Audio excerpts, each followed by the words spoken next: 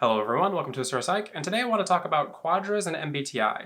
Now, Quadras are something that comes from Socionics, but people will occasionally ask me, why do I use Quadra names and Quadra terms when I'm somebody who typically uses more traditional Jungian or MBTI types of typology? And it's because I think that the Socionics Quadras are good distinctions, and I think that it would be a kind of a waste of energy and effort to create different distinctions for MBTI alone. And I want to talk about the reasoning behind that and why I prefer to use the Socionics Greek letter Quadra names for MBTI Quadras. Let's get into it.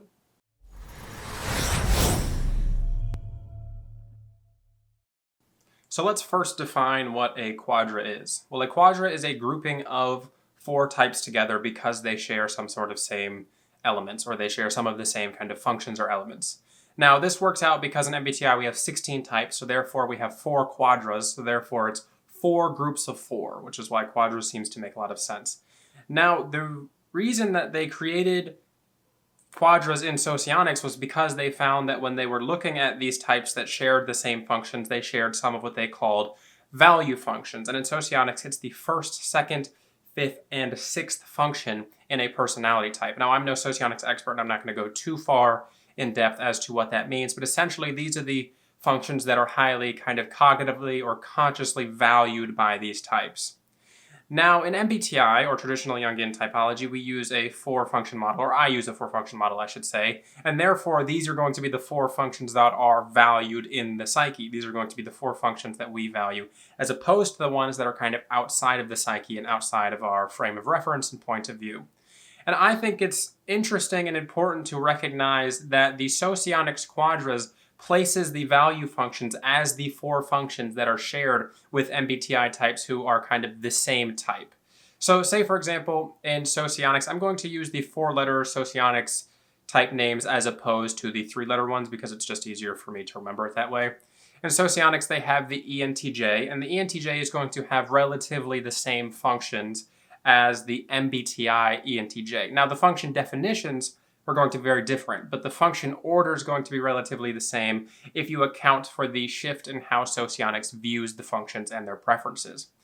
The ENTJ in Socionics, as well as the ENTJ in MBTI, are going to share extroverted thinking, introverted intuition, extroverted sensing, and introverted feeling as their value functions. And you'll notice that all of the four types across the quadra that the ENTJ is in are going to share those same value functions, regardless of the differences in how Socionics labels types. Now, the difference in labeling is going to be most apparent when you look at the introverted types. So say, for example, we look at the INTJ. In Socionics, the INTJ, or the type that leads with introverted intuition and has secondary extroverted thinking, is going to be the INTP, because in Socionics, it's the introverted intuitive thinker who leads with perception. Whereas in MBTI, it's the introverted intuitive thinker who has extroverted judging in the second position because they're an introvert. And this is going to create differences in how we code the types, but if you account for the introverted coding differences, all of the types that have the functions in the same order and value slots are still going to be within the same quadra.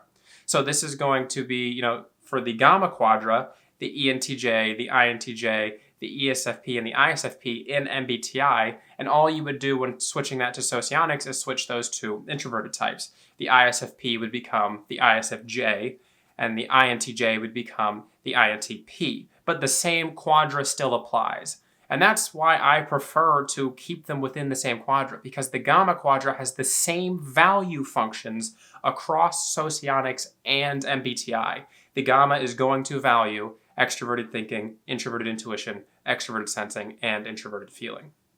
Now, in general, why are quadras important? That's another question that people occasionally ask me. Well, it's because quadras represent, again, those core values that are shared across the types within that specific grouping of cognitive functions. So say, for example, you take an INTJ and an ESFP. These types are going to be very different in terms of actions and behaviors and typical cognition. But at a core value, at a core level, these two types tend to share the same values and motivations, or the ways in which they go about obtaining the things that interest them or motivate them. Say, for example, when we're talking about archetypes, I often refer to the ESFP as the archetype of the young hero, the adventurer who goes out to seek things in the world, to find their own destiny, to find their own path. And on the opposing end of that, we have the archetypal villain of the INTJ, the old man sitting up in a tower plotting against the world.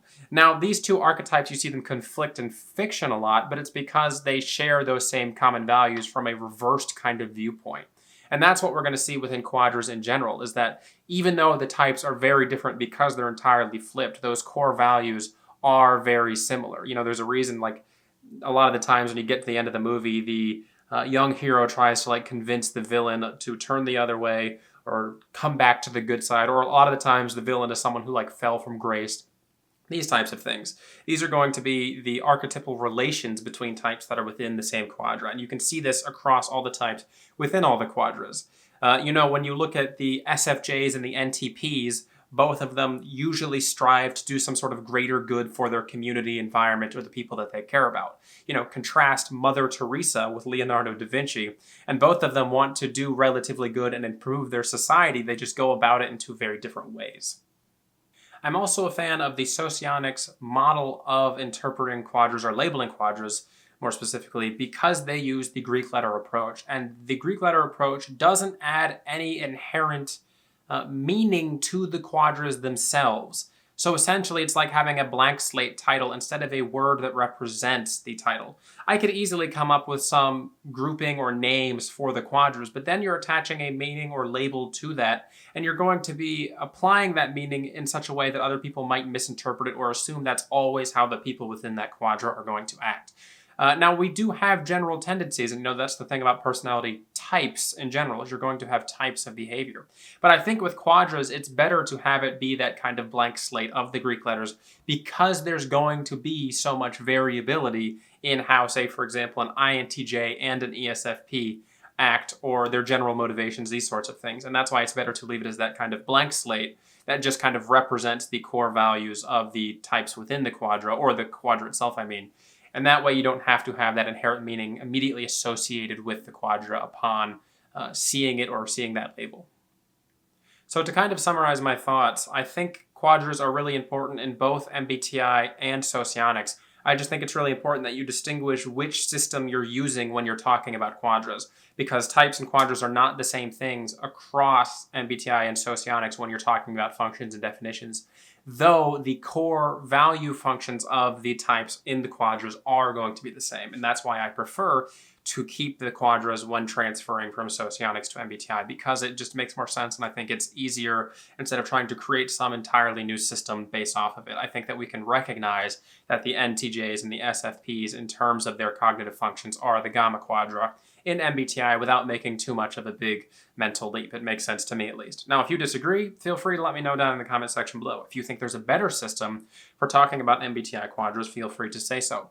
The most important part to me is I think that it's easier to say Gamma Quadra as opposed to referring to them as the NTJs and the SFPs. When I want to refer to the NTJs and the SFPs, I just simply say Gamma Quadra, because I think it best represents the core values of those four types when I'm talking about those four types in reference to them. So let me know down in the comment section below, what do you think about that? What do you think about quadras? Do you think that we should just invent some sort of new quadra system for MBTI or types, or do you think we should just stick with the one that Socionics has and just make sure that we're going to distinguish it when we're using it? Other than that, I would like to remind people that I do have personality typing sessions available at my website, asurasite.com, if you're interested in working with me to find out what your personality type is and what that means for you. This has been Asura from Asura Site. Have a good one.